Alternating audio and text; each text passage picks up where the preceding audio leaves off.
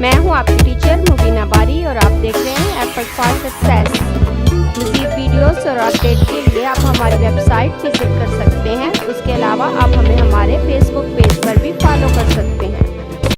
Consolidate option से हम different data को कंबाइन करके लिख सकते हैं। जैसे अगर किसी कंपनी की कुछ सेल्समैन की पर मंथ सेल हमारे पास हो तो हम हर एक एम्प्लॉय का रिकॉर्ड को अलग से जमा कर सकते हैं। या जैसे अगर एक दिन की हमारी सेल यहाँ पे है, हमने कुछ कीबोर्ड सेल किए, उसके बाद माउस सेल हुए, मॉनिटर सेल हुए, फिर से माउस सेल हुए, फिर से कीबोर्ड सेल हुए, तो इस तरह से डिफरेंट आवर्स में हमारी सेल डिफरेंट रही। अब अगर हम ये देखना चाहें कि हमारे टोटल कीबोर्ड कितने सेल हुए हैं, माउस कितने सेल हुए हैं, मॉनिटर कितने सेल हुए हैं, तो उसकी लिस्ट हम कंसोलिडेट ऑप्शन से बना सकते हैं और ये हमें इन्हें प्लस करके या कोई और फंक्शंस जो हम इस पे अप्लाई करेंगे करके दे देगा। अब अगर मैं इस कंसोलिडेट ऑप्शन पे क्लिक करूं तो मेरे पास इस तरह का डायलॉग बॉक्स आता है। अगर मैं यहाँ फंक्शंस वाले एरिया पे क्लिक करूं तो यहाँ मेरे पास डिफरेंट फंक्शंस हैं। जो डाटा मेरे पास है मैं इसको सम करना चाहती हूँ, काउंट करना चाहती हूँ, एवरेज निकालना चाहती हूँ, मैक्स, मिन, प्रोडक्ट, काउंट नंबर, यहाँ से मैं जो फंक्शन चाहूँ, जो भी फंक्शन मैं सिलेक्ट करूंगी वो उस डाटा पे अप्लाई हो जाएगा। इसको फिलहाल सम कर रही हूँ तो मैं सम सिलेक्ट करूंगी और सम सिलेक्ट करने के बाद इसे रेफरेंस दूंगी कि मुझे किस डाटा को सम करना है। तो उसके लिए मैं इस रेड एरो पे क्लिक करूंगी और मेरे पास इस तरह की बार आ जाएगी और उसके बाद मैं ये डाटा सिलेक्ट करूंगी। सिलेक्ट करने के बाद दोबारा इस एरो पे क्लिक करूंगी तो मैं यहाँ पे आ जाती हूँ। अब आप यहाँ पे यूज लेबल कि आप किन लेबल के तहत इस डाटा को कंसोलिडेट करना चाहते हैं। आपके पास टॉप रो में उसकी डिटेल मौजूद है या लेफ्ट कॉलम में। यहाँ मेरे पास जो डिटेल मौजूद है वो लेफ्ट कॉलम में है तो मैं लेफ्ट कॉलम पे चेक लगाऊंगी। लेफ्ट कॉलम पे चेक लगाने के बाद ये यहाँ क्रिएट लिंक है। अगर मैं चाहती हूं कि मेरे इस डाटा में होने वाले चेंजिंग का इफेक्ट मेरे कंसोलिडेट डाटा पर आए तो मैं इस लिंक को क्रिएट कर दूंगी। यहाँ पे चेक लगा दूं। पहले मैं विदाउट चेक आपको ओके करके बताती हूँ। जैसे ही मैं इसे ओके करूँ मेरे पास ये डिटेल आ गई। कीबोर्ड मेरे पास टोटल 10 सेल हुए हैं, माउस 24 सेल हुए हैं और मॉनिटर 6 सेल हुए हैं। यानी इस तमाम डाटा में हमने 3 प्रोडक्ट सेल की हैं जो कि ये हैं। अब अगर मैं इस 2 को चेंज करके यहाँ पे 8 कर दूं तो आप देखें इस डाटा पे कोई इफेक्ट नहीं आएगा। ये तो मैंने एक ही शीट में मौजूद डाटा को कंसोलिडेट किया। हम 2 मुख्तलिफ शीट के दरमियान मौजूद डाटा को भी कंसोलिडेट कर सकते हैं। जैसे मेरे पास शीट 2 में 2060 का टेबल और शीट 1 में 2050 का टेबल मौजूद है। अब अगर मुझे इन दोनों को कंसोलिडेट करना है तो मैं एक और शीट ऐड करूंगी। मैं शीट 4 पे अपने माउस का कर्सर यहां रखूंगी और कंसोलिडेट ऑप्शन पे क्लिक करूंगी और उसके बाद मैं यहां से सम सिलेक्ट करूंगी और रेफरेंस को सिलेक्ट करने के बाद मैं शीट 1 पे आऊंगी और अपने इस टेबल को सिलेक्ट करूंगी।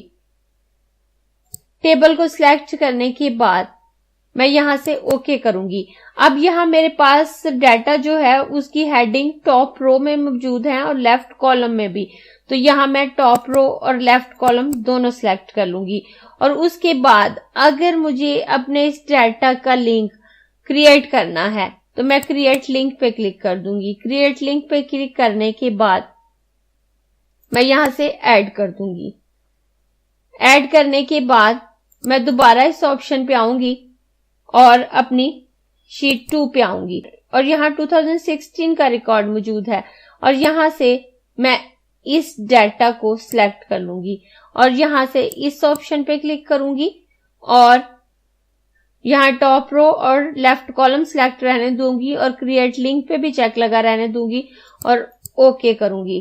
तो आप देखें इस वक्त मैं शीट 4 पे मौजूद हूं और मेरे पास 2 मंथ का डाटा प्लस होके आ गया।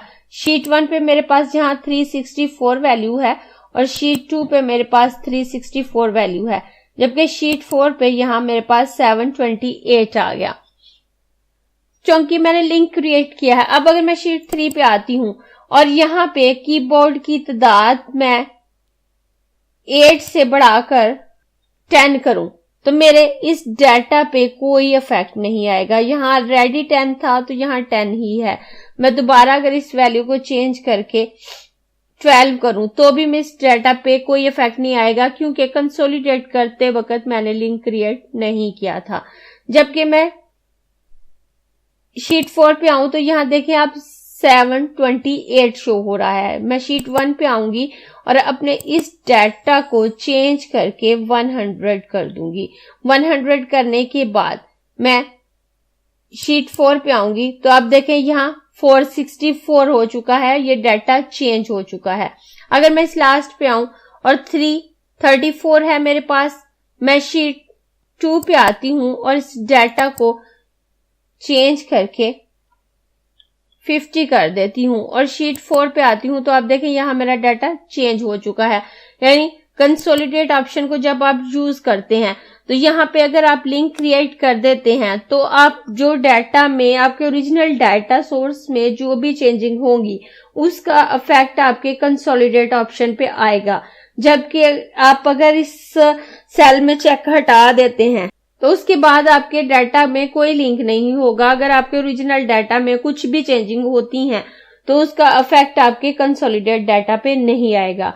ये तो हमने एक शीट में मौजूद डाटा को कंसोलिडेट किया, उसके बाद एक वर्कबुक में मौजूद डिफरेंट शीट के डाटा को कंसोलिडेट किया। मैंने 2 शीट के डाटा को कंसोलिडेट किया। आप इसमें 3, 4, 5, 6 जितनी भी शीट चाहें ऐड कर सकते हैं। उसके बाद अगर हमारे पास डिफरेंट वर्कबुक का डाटा मौजूद है या डिफरेंट सेव्ड फाइल का डाटा मौजूद है तो उसको हम कैसे कंसोलिडेट करेंगे। मैं उसके लिए इस ऑप्शन को क्लोज करूंगी और अपने सॉफ्टवेयर को भी बंद कर दूंगी। बंद करने के बाद आपको दिखाऊं तो यहां मेरे पास 2050, 2060 और 2070 का रिकॉर्ड मौजूद है। अब अगर इनमें इन तीनों को कंसोलिडेट करना चाहूं तो कैसे करूंगी। अब उसके लिए मैं एक नई वर्कबुक लूंगी और इसमें कुछ भी ऐड किए बगैर इसको सेव कर दूंगी। सेव करने के लिए मैं फाइल मेन्यू में आऊंगी, सेव एज पे आऊंगी, यहां से कंप्यूटर सिलेक्ट करूंगी, डेस्कटॉप सिलेक्ट करूंगी। डेस्कटॉप सिलेक्ट करते हुए मैं इसे कोई भी नाम दे दूंगी।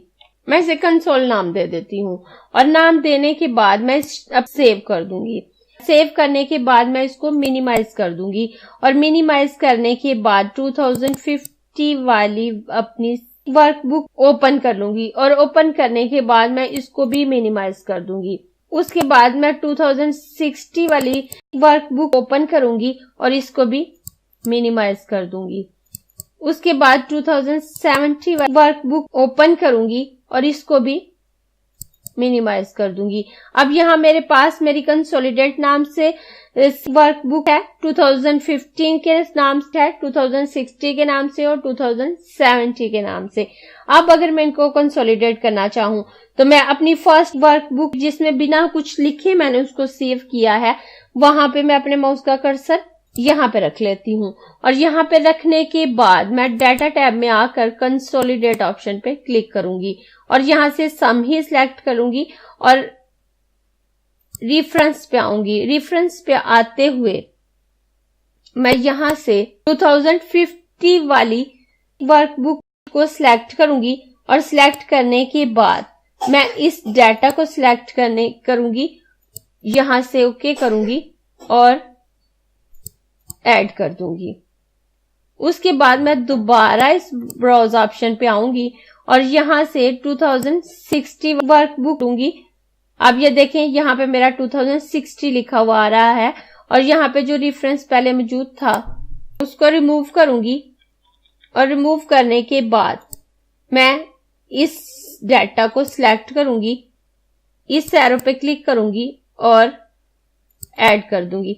तो आप देखें ये 2050 की शीट है, ये 2060 की है और दोबारा मैं इस ब्राउज ऑप्शन पे आऊंगी और यहां से मैं 2070 वर्कबुक को सिलेक्ट करूंगी और यहां से ये रेंज सिलेक्ट करूंगी और रेंज सिलेक्ट करने के बाद इस ब्राउज ऑप्शन पे क्लिक करके ऐड कर दूंगी। अब मेरे डाटा में टॉप रो भी है, टॉप कॉलम भी है और लिंक क्रिएट करके ओके करूंगी तो अब देखें यहाँ मेरे पास मेरा डाटा कंसोलिडेट होके आ गया।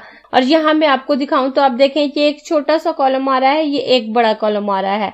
ये ऐसे क्यों है मैं आपको दिखाती हूं अभी। अगर मैं इसे प्रॉपर स्पेस दूं तो आप देखें ये दरमियान में मेरा खाली सेल शो हो रहा है। अब मैं आपको बताती हूँ कि खाली सेल क्यों आया है। जब भी हम कंसोलिडेट करते हैं तो ये खाली सेल हमारे पास आता है जब हम डिफरेंट वर्कबुक या डिफरेंट शीट के डाटा को कंसोलिडेट करते हैं। अगर मैं अपने फर्स्ट एम्प्लॉय के डाटा की डिटेल देखना चाहती हूँ तो यहाँ मेरे पास ईयर भी शो हो रहे हैं।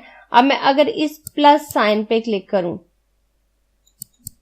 तो आप देखें मेरा जो फर्स्ट एम्प्लॉय है उसने 2050 में कितनी सेल की है, 2060 में कितनी सेल की है, 2017 में कितनी सेल की है, वो यहाँ पे शो हो रही है। और अगर मैं इस माइनस पे क्लिक करूं तो ये वापस डिटेल हाइड हो जाएंगी।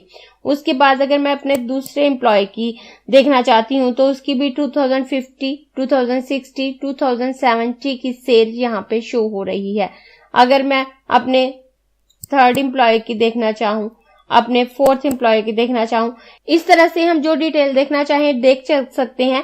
और जिस डिटेल को हाइड करना चाहें इस माइनस पे क्लिक करें तो वो डिटेल हाइड होती जाती हैं। कंसोलिडेट का ऑप्शन हमारे लिए बहुत हेल्पफुल होता है, स्पेशली उस वक्त जब हम किसी कंपनी में जॉब कर रहे होते हैं और हमारे पास एक बड़ी डाटा लिस्ट होती है या सेल से रिलेटेड रिकॉर्ड होता है या डिफरेंट एम्प्लॉय की सैलरीज होती हैं। तो हम उस डाटा को शॉर्ट करके कंसोलिडेट ऑप्शन की मदद से लिख सकते हैं और किसी से डिस्कस कर सकते हैं जब हम अपने बॉस को रिपोर्ट दे रहे होते हैं या अपनी कंपनी की प्रोग्रेस के बारे में अपनी क्लाइंट से बात कर रहे होते हैं। तो हम इन डिटेल को थोड़ी जगह पे शो कर सकते हैं और जिस पोर्शन या जिस हिस्से से रिलेटेड डिटेल पे हम बात करना चाहते हैं उसकी डिटेल को शो कर देते हैं और बकाया डिटेल हाइड रहने देते हैं। और इस तरह हम आसानी से अपनी बात को कन्वे कर सकते हैं और ये ऑप्शन हमें बहुत हेल्प करता है। अगर आपको ये क्लास पसंद आई है तो लाइक कीजिए, अपने दोस्तों के साथ शेयर भी कीजिए ताकि वो भी सीख सके। आप अपने क्वेश्चंस और व्यूज नीचे कमेंट बॉक्स में लिख सकते हैं। और अगर आपने चैनल सब्सक्राइब नहीं किया तो प्लीज सब्सक्राइब कीजिए ताकि आपको आने वाली वीडियोस का नोटिफिकेशन फौरन से मिल सके।